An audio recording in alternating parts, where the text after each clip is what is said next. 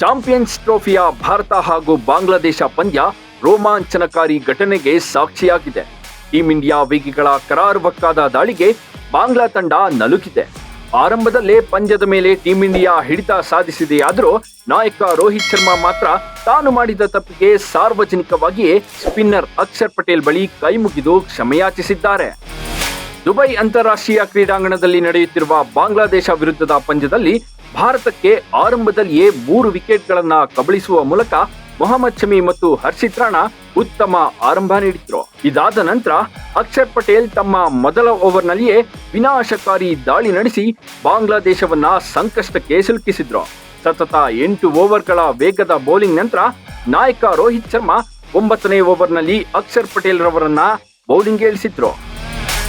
9ನೇ ಓವರ್ನ 2ನೇ ಎಸೆತದಲ್ಲಿ ಅಕ್ಷರ್ ತಂಜೀದ್ ಹಸನ್ ಅವರ ವಿಕೆಟ್ ಪಡೆದ್ರು. ವಿಕೆಟ್ ಕೀಪರ್ KL ರಾಹುಲ್ ಉತ್ತಮ ಕ್ಯಾಚ್ ಹಿಡಿಯುವ ಮೂಲಕ ತಂಜೀದ್ಗೆ ಪೆವಿಲಿಯನ್ ದಾರಿ ತೋರಿಸಿದ್ರು. ನಂತರ ಮುಂದಿನ ಎಸೆತದಲ್ಲಿಯೇ ಕಣಕ್ಕಿಳಿದ ಅನುಭವಿ ಬ್ಯಾಟ್ಸ್ಮನ್ ಮುಷ್ಫಿಕರ್ ರಹೀಂ ಕೂಡ ಅಕ್ಷರ್ ಎಸೆತದಲ್ಲಿ ರಾಹುಲ್ಗೆ ಕ್ಯಾಚ್ ನೀಡಿದ್ರು. ಹೀಗಾಗಿ ಸತತ 2 ಎಸೆತಗಳಲ್ಲಿ 2 ವಿಕೆಟ್ ಪಡೆದಿದ್ದ ಅಕ್ಷರ್ಗೆ ಹ್ಯಾಟ್ರಿಕ್ ವಿಕೆಟ್ ಪಡೆಯುವ ಅವಕಾಶ ಸಿಕ್ಕಿತ್ತು. ಇದಕ್ಕೆ ಪೂರಕವಾಗಿ ಅಕ್ಷರ್ ಕೂಡ ಮುಂದಿನ ಎಸೆತದಲ್ಲಿ ವಿಕೆಟ್ ಪಡೆಯುವ ಸನ್ನಿವೇಶ ಸೃಷ್ಟಿಸಿದ್ರು.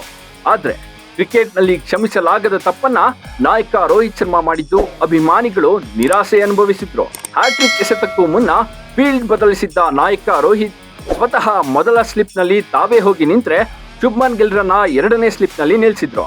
ಇದೇ ವೇಳೆ ಅಕ್ಷರ್ ಬೌಲ್ ಮಾಡಿದ ಹ್ಯಾಟ್ರಿಕ್ ಎಸೆತ ಹೊಸ ಬ್ಯಾಟ್ಸ್ಮನ್ ಜಾಕಿರ್ ಅಲಿ ಅವರ ಬ್ಯಾಟ್ ಅಂಚಿಗೆ ತಾಕಿ ಮೊದಲ ಸ್ಲಿಪ್ನಲ್ಲಿ ನಿಂತಿದ್ದ ರೋಹಿತ್ ಕಡೆಗೆ ಹೋಯ್ತು.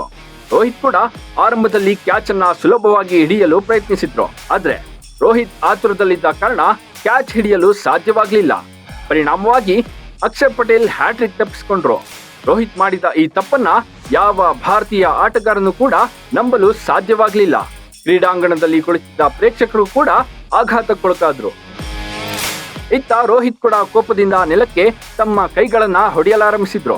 ಅನಂತರ ಕೈಗಳನ್ನ ಜೋಡಿಸಿ ಅಕ್ಷರ್ ಬಳಿ ಕ್ಷಮೆಯಾಚಿಸಿದ್ರು. ಒಂದು ವೇಳೆ ರೋಹಿತ್ ಈ ಕ್ಯಾಚ್ ಅನ್ನ ಹಿಡಿದಿದ್ರೆ ಚಾಂಪಿಯನ್ಸ್ ಟ್ರೋಫಿಯ ಇತಿಹಾಸದಲ್ಲೇ ಹ್ಯಾಟ್ರಿಕ್ ಪಡೆದ ಮೊದಲ ಭಾರತೀಯ ಮತ್ತು 2ನೇ ಬೌಲರ್ ಎಂಬ ದಾಖಲೆ ಅಕ್ಷರ್ ಪಾಲಾಗ್ತಿತ್ತು. ಆದ್ರೆ ಆ ಅವಕಾಶ ರೋಹಿತ್ ಮಾಡಿದ ತಪ್ಪಿನಿಂದ ಕೈತಪ್ಪಿತು. ಇದು ಕ್ರಿಕೆಟ್ ಅಭಿಮಾನಿಗಳ ಕೆಂಗಣ್ಣಿಗೂ ಗುರಿಯಾಯಿತು. Bureau report, Boss TV Kannada. Latest ಹಾಗೂ ಇಂಟ್ರೆಸ್ಟಿಂಗ್ ಸುದ್ದಿಗಳಿಗಾಗಿ ಬಾಸ್ ಟಿವಿ ಕನ್ನಡ ಚಾನೆಲ್ನ ಸಬ್ಸ್ಕ್ರೈಬ್ ಮಾಡಿ. ಹಾಗೆಯೇ ಬೆಲ್ ಐಕಾನ್ ಪ್ರೆಸ್ ಮಾಡಿ. ಇದರ ಜೊತೆಗೆ ಫೇಸ್ಬುಕ್, ಇನ್ಸ್ಟಾಗ್ರಾಮ್, ಎಕ್ಸ್ ನಲ್ಲೂ ಮಿಸ್ ಮಾಡದೆ ಫಾಲೋ ಮಾಡಿ.